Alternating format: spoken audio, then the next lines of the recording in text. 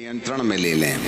न बल से, न बुद्धि से, न ज्ञान से, वरन आपकी आत्मा के द्वारा सब कुछ हो लेने के लिए प्रार्थना करते। अपने दास के होठों को वेदी के आग से पवित्र करते हुए प्यारे पिताजी वह कहने का अनुग्रह दीजिएगा जो आप चाहते हैं। बाप, हर एक के कानों में आपके वचन की तरंगें जब ये कानों से मस्तिष्क में प्रवेश हो जाएं, तो हृदय का दरवाजा खुला रहे और बातें दिमाग तक नहीं वरन दिल तक उतर जाएं, ऐसी आप कृपा और दया कीजिएगा। आपको महिमा और आदर देते हैं, यीशु नासरी के नाम से मांग लेते हैं, आमीन। परमेश्वर पिता को धन्यवाद देते हैं, उसकी आराधना करते हैं। जैसा कि आपने इस बेटी की गवाही सुनी, वो 14 मोबाइल तोड़ चुकी थी और उसका सबसे पहला दुश्मन था उसकी माँ। पिताश्री तो चल बसे, इसलिए हमने उसे गोद पुत्री ले ली है और उसने अपना संपूर्ण जीवन प्रभु के लिए समर्पित किया है। युवा पीढ़ी के लिए ये एक चुनौती है और हमने उसको एटलीस्ट बात करने के लिए एक एंड्रॉइड मोबाइल दिया, तो उसने एक दिन के बाद में उसमें से कुछ आराधना के गीत डाउनलोड करने के लिए आधा घंटा खर्च किया। तो जब वो गहरे ध्यान में गई तो प्रभु ने बोला, तूने कितना समय मोबाइल में खर्च किया? बोले आधा घंटा। बोले पाप तो नहीं कर रही थी, फिर क्या कर रही थी? बोले आपकी आराधना और जो मेडिटेशन म्यूजिक है उसको डाउनलोड कर रही थी। तब प्रभु ने कहा, तुझे मालूम है तुमने अपना आधा घंटा जो मेरा है उसको ले लिया। उस दिन से उसने वो मोबाइल हमें वापस कर दी और हमने उसको 500 रुपए वाला बटन का मोबाइल दिया। न रहेगा बांस, न बजेगी बांसुरी। This is the sacrifice. और 7 घंटे, 7.5 घंटे घुटने में बैठते बैठते उसके दोनों घुटने के बीच में जो ग्लू होता है, उसकी जो थैली होती है वो फट गई, जिससे कि दोनों हड्डियां टकरा के म्यूजिक बजाती हैं। उम्र बहुत कम है। डॉक्टर के पास जाने के समय बोला, ये तुम फुटबॉल खेल के गिर गई क्या? और उसको क्या मालूम कि घुटने में 8 घंटा बैठने के चक्कर में गुदेलियों पर जो दबाव पड़ता है, जिसमें ग्लू होता है, वो फट करके ग्लू खत्म हो जाता है तो हड्डियां टकराने लगती हैं। इसकी बेयरिंग खराब हो गई है घुटने की, फिर भी वह घुटने में बैठना बंद नहीं की। ये सब एक बलिदान है।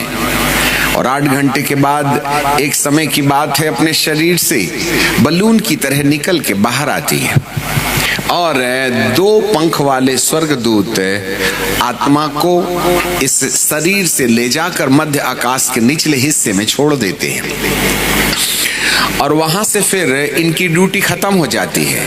और जहां आत्मिक संसार है, अर्थात दुष्ट आत्माओं का जहां जखीरा है, वहां ले जाकर के इनका काम खत्म हुआ। ये 2 पंख वाले स्वर्गदूत दुष्ट आत्माओं के संसार में नहीं जा सकते, उनकी ड्यूटी वहां नहीं है।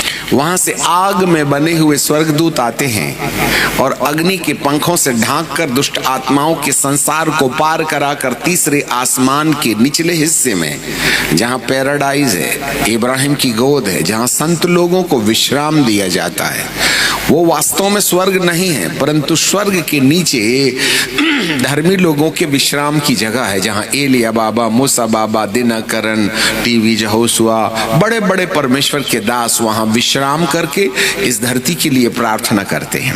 वहां पहुंचा दिया गया। वहां बाबा एलिया और मूसा आते हैं। अब आपके सामने एलिया, मूसा और इन सब आत्मिक संतों के साथ इनकाउंटर एक कहानी जैसा लगेगा, परंतु ये बहुत ऊंची बात है। जब 4-6 घंटे, 8 घंटे परमेश्वर के चरणों में ध्यान में बैठिएगा, तभी ना आत्मिक संसार से इनकाउंटर हुआ। अपन तो भैया नाश्ते की टेबल में 15 मिनट ना नाश्ता भी करते जाते हैं और दुआ भी करते जाते हैं। ऐसे चक्कर में एलिया नहीं ना आएंगे। तुम्हारा तो नेटवर्किंग ही कैच नहीं किया तो कहां से दर्शन होगा? ये चुनौती है याजकों के लिए भी और सेवकों के लिए भी और युवाओं के लिए भी। याद रखिएगा, 4 आवर्स फ्री, 5 आवर्स 2.5 घंटे में तो दिमाग के अंदर में होने वाली हलचल ठीक होती है, इसलिए 2 घंटा 45 मिनट प्रभु ने मांगा है। 2 hours 45 minutes, हर एक को 10वां हिस्सा देना चाहिए, अर्थात 24 घंटे में से 2 घंटा 45 मिनट, तब ना अपने नेटवर्किंग कनेक्ट होगा। अब टावर है ही नहीं और बटन दाबे जा रहे हो तो ना बात ऊपर जाएगी ना ऊपर से कुछ आएगी। यही तो प्रॉब्लम, हमारी प्रार्थना का उत्तर नहीं मिल रहा है क्योंकि हम कनेक्टेड नहीं है स्पिरिचुअल वर्ल्ड से। चलें आगे। 7 घंटे के बाद में ये आत्मा निकल के बाहर आती है और आग वाले स्वर्गदूत दुष्ट आत्माओं के संसार को पार करा के पैराडाइज में या सुखलोक में ले जाते हैं, जहां यीशु ने कहा आज ही तू मेरे साथ सुखलोक में होगा, दूसरे नंबर वाले डाकू को। जी हाँ, वहां संतों का जखीरा है और जिन पर परमेश्वर अपनी महिमा प्रकट करते हैं और उनका और कोई काम नहीं है, पृथ्वीलोक में आने वाली विपत्तियों के बारे में वे दुआएं करते रहते हैं, उनका काम ही है ड्यूटी का दुआ करना। इसके बाद थोड़ा वहां बाबा एलिया बोले तो एलिया नहीं है, मूसा बोले तो मूसा नहीं है। एलिया का संबंध भविष्यवक्ताई अभिषेक से है और मूसा का संबंध प्रेरिताई अभिषेक से। They are the apostles and the prophets. इफिसियों की किताब 2:20 में लिखा है, प्रेरितों और भविष्यवक्ताओं की नींव पर जिसकी कोने का सिरा मसीह आप हैं बनाए गए हो। जब कभी एलिया की बात करते हैं तो वो ह्यूमन स्पिरिट नहीं है पर एपोस्टोलिक एनॉइंटिंग है। जब कभी हम एलिया की बात करते हैं तो ह्यूमन एलिया नहीं है परंतु भविष्यवक्ताई अभिषेक है, जिसने इजबेल की पकड़ से लोगों को निकाल करके याहवाह की ओर में परिवर्तित किया। मूसा बोले तो मिस्र से निकाल के प्रतिज्ञा के देश तक पहुंचाने वाला एक आत्मिक तंत्र, सिस्टम, डिवाइन प्लान। अब आप मूसा बोले तो कोई आदमी की आत्मा नहीं है, नहीं तो संतों की आत्मा के साथ में मूसा की भी आत्मा बोलने लगे तो अरे ये तो संतों की बात करने लगे। ये कोई सेंट पीटर और हमका पीटर ढमका नहीं है, ये एपोस्टल एंड प्रॉफिट्स हैं। इसलिए हमें इन सब बातों को बड़ी गंभीरता से समझना चाहिए। नहीं समझ में आता मुंह में ताला मार के बैठो और सीखने का कोशिश करो। ये आग वाले स्वर्गदूत प्रोटेक्शन इसलिए करते हैं क्योंकि किसी भी अंधकार की आत्मा ने मध्य आकाश में इस आत्मा को ट्रैप कर लिया तो फिर देह में वापस आना कठिन हो जाता है। तो ऐसे समय में बाइबल कहती है कि आगे जाने के बाद एलिया बाबा और मूसा बाबा अर्थात प्रेरित और भविष्यवक्ता बोलते हैं परमेश्वर की जलजलाहट। अब ये जलजलाहट क्यों है आज आज दोपहर में हमने आपको बताया था और उसकी कुछ ग्लिम्स हम आपके हाथ में छोड़ देंगे। क्यों परमेश्वर की आत्मा क्रोध में है? क्रोध में इन द सेंस दुख में है। वो चाह करके भी अपने लोगों को बचा नहीं पाएगा। और जो दर्शन आपने देखा कि कुछ लोग हैं जिनके वस्त्र में उजियाला निकल रहा है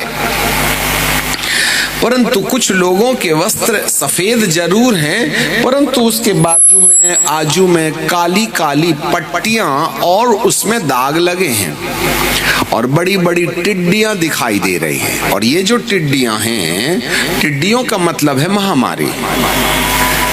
कल हमने और आज सुबह हमने आपको 2 हफ्ते के बाद बताया था। ये जुलाई के 15 तारीख के बाद या इसी दौरान में महामारी के संकेत दिखाई देने लगेंगे। आप फिर एक बार ऐसी वाली दशा को प्राप्त करेंगे जब आपको घर से निकलने के लिए रोक दिया जाएगा और हंटर मारना शुरू किया जाएगा। फिर से लॉकडाउन, अब ये अगला लॉकडाउन जो होगा काफी लंबा चलेगा, इसलिए संत लोग प्रार्थना में लगे हैं। आपको नहीं मालूम है 167 days विदाउट फूड, 5 महीने बिना खाना खाए भारत के संत भारत के तब्दीली के लिए प्रार्थना कर रहे हैं। उनका नामो निशान नहीं है। आपको मालूम है आपकी महफूजगी के पीछे आज भारत के अंदर में ऐसे ऐसे संत लोग हैं जो 8 घंटे 10 घंटे मात्र 2 घंटे विश्राम करते हैं और रात रात बैठ करके मध्य रात्रि 12 बजे से लेकर के 5 बजे तक भारत के लिए मध्यस्थी कर रहे हैं। आप आराम से मोबाइल देख रहे हैं। उन संतों के लिए धन्यवाद दो जिसके कारण से आज भारत के ऊपर में खुदा का कहर नहीं आया है। ऐसे ऐसे लोग हैं, इसको जानने के लिए आपको आंखें चाहिए। छोड़ दें आगे। तो आने वाले समय में एक ये टिड्डियां जो है एक भयानक संकेत है, अर्थात फिर से एक महामारी का पदार्पण हो रहा है। पहले काफी लोगों को हमने खो दिया, परंतु इस बार मरने वालों की संख्या कम रहेगी, क्योंकि संतों को आइडिया हो गया है कि उन आत्माओं को जो महामारी लेके आती हैं उनके साथ में युद्ध कैसे लड़ा जाता है। इसलिए डेथ रेट कम होगी, परंतु महामारी से ग्रसित जरूर होंगे, क्योंकि दुष्ट की युक्तियों के सामने खड़े रहने के लिए इस महामारी के आने से पहले परमेश्वर के बहुत से भक्त लोग जाग उठे हैं और वे आत्मिक युद्ध लड़ रहे हैं। इसलिए मौत को थोड़ा सा इनकार जरूर किया जा सकता है, परंतु महामारी को आने से रोका नहीं जा सकता है।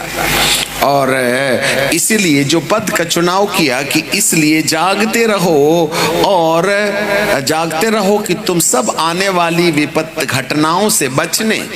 आने वाली घटना, यहाँ एलिया बाबा और मूसा बाबा रो रहे हैं और कह रहे हैं परमेश्वर की जलजलाहट। अब एक बात याद रखना, परमेश्वर जलजलाता नहीं है, वो तो शांति का राजकुमार है, परंतु उसकी एक नियमावली है, वो ये है जैसे को तैसा। यदि कोई उसकी सलाह मानेगा तो उसको विश्राम मिलेगा, यदि कोई उसकी सलाह को नहीं मानेगा तो वह उनको उनके हाल में छोड़ देगा। फिर दुष्ट आत्माएं हमारे साथ जो दुर्व्यवहार करेंगी उसकी जवाबदारी प्रभु नहीं लेगा, क्योंकि हमने उसकी सलाह नहीं मानी है। इसलिए हमें उसकी सलाह मानने की आवश्यकता है, और यदि आप उसकी सलाह मानिएगा तो प्रभु आपकी रक्षा की जवाबदारी लेगा। और यदि आप उसकी सलाह ना माने, बीते दिनों में जब कोरोना महामारी आई तब बहुत से लोगों ने हमको यूट्यूब में प्रश्न किया कि ये जो महामारी है उसको परमेश्वर ने भेजा है कि शैतान ने भेजा है। हमारे लिए बड़ी जटिल समस्या थी, परंतु परमेश्वर ने हमारी मदद की। आपको मालूम है, ना तो परमेश्वर ने महामारी भेजा है और ना दुष्ट ला सकता है, तो फिर मौत क्यों हुई? परमेश्वर कभी किसी को मारता नहीं। यूहन्ना 10:10 में बाइबल कहती है, चोर चोरी करने, घात करने और नाश करने के लिए आता है, पर मैं इसलिए आता हूं कि तुम जीवन पाओ और बहुतायत का जीवन पाओ।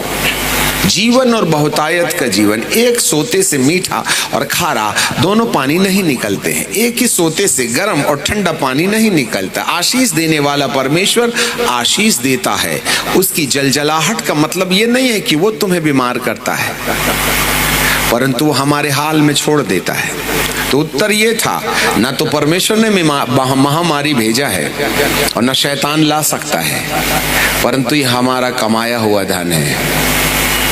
बस यदि हम कमाएंगे तो पाएंगे, जो बोओगे वो काटोगे, इसमें परमेश्वर का कोई हाथ नहीं है।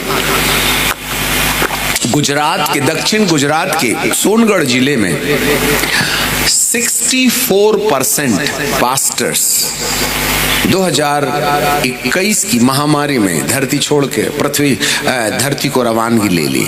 46% पास्टर्स दे डाइड। व्हाई?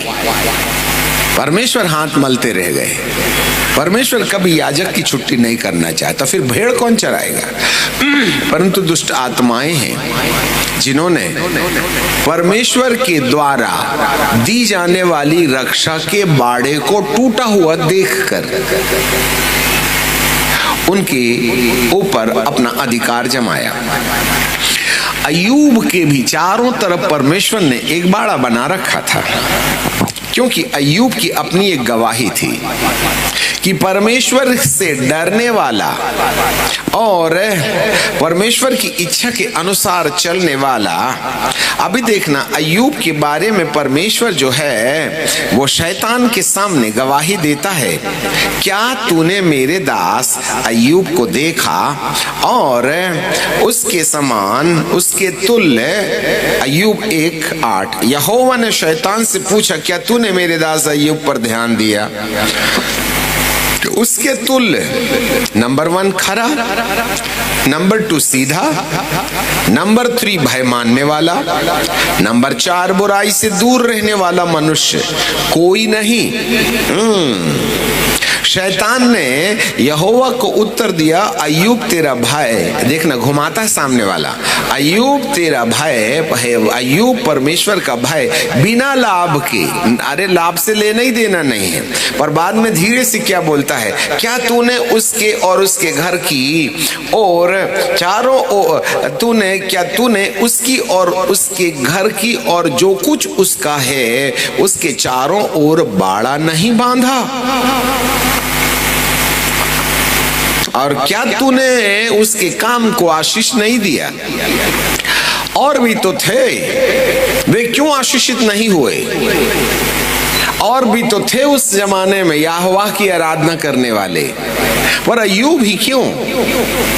क्योंकि उसके अंदर जो योग्यता थी वह खरा था, सीधा था, भय मानता था और परमेश्वर और बुराई से दूर रहता था। हाँ, भय मानने वाला, बुराई से, यही तो चार क्वालिटी थी जिसने परमेश्वर को मजबूर किया कि उसके चारों तरफ वो हेज लगा दे, सिक्योरिटी का बाड़ा, सुरक्षा का बाड़ा, और शैतान को यही खलता है।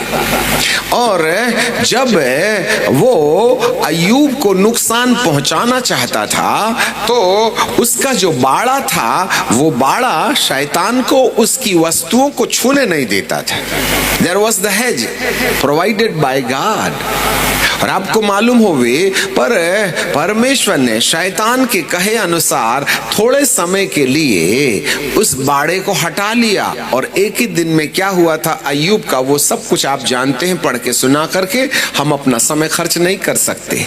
इसका मतलब ये नहीं है कि परमेश्वर हेज को हटा करके या उसके बाड़े को तोड़कर अय्यूब को कोई सजा दे रहा था। जी नहीं, वह निर्दोष था, वह अपवाद है। आने वाली पीढ़ी को अपने जीवन के चारों तरफ बाड़े की क्या कीमत होती है उसकी वैल्यू समझाने के लिए परमेश्वर ने एक उदाहरण तैयार किया है। यदि आप आखिरी अध्याय में देखें तो जो कुछ भी अय्यूब का था उसको 2 का गुणा करके उसे वापस लौटा दिया, सब कुछ ले लिया, परंतु पत्नी छोड़ दिया, वो भी चली जाती।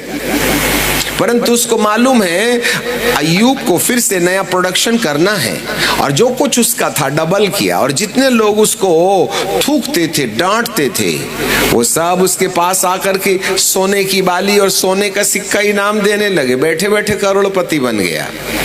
हाँ, 1,10,000 20,000 रुपए का 10 ग्राम आ रहा है, और ये सिक्का ला ला के दे रहे हैं। अरे घर बैठे खुदा बाप भी क्या है, आम की आम और गुठलियों के दाम। सूही बिल्दाद और नमोती सपोरा, इनसे प्रभु ने कहा अय्यूब की ही प्रार्थना सुनूंगा, नहीं तो तुम डंडा खाने तैयार हो जाइए। जाओ और अय्यूब को बोलो कि मैं इन सूही बिल्दाद नमोती सपोरा तेमानी एलिपाज, इन तीनों भक्तों ने जो अय्यूब के बारे में क्रिटिसिज्म किया था ना, उसको बोला जाओ अय्यूब की प्रार्थना सुनूंगा, नहीं तो तुम मार खाने के लिए तैयार हो जाओ। उसको याजक बना दिया।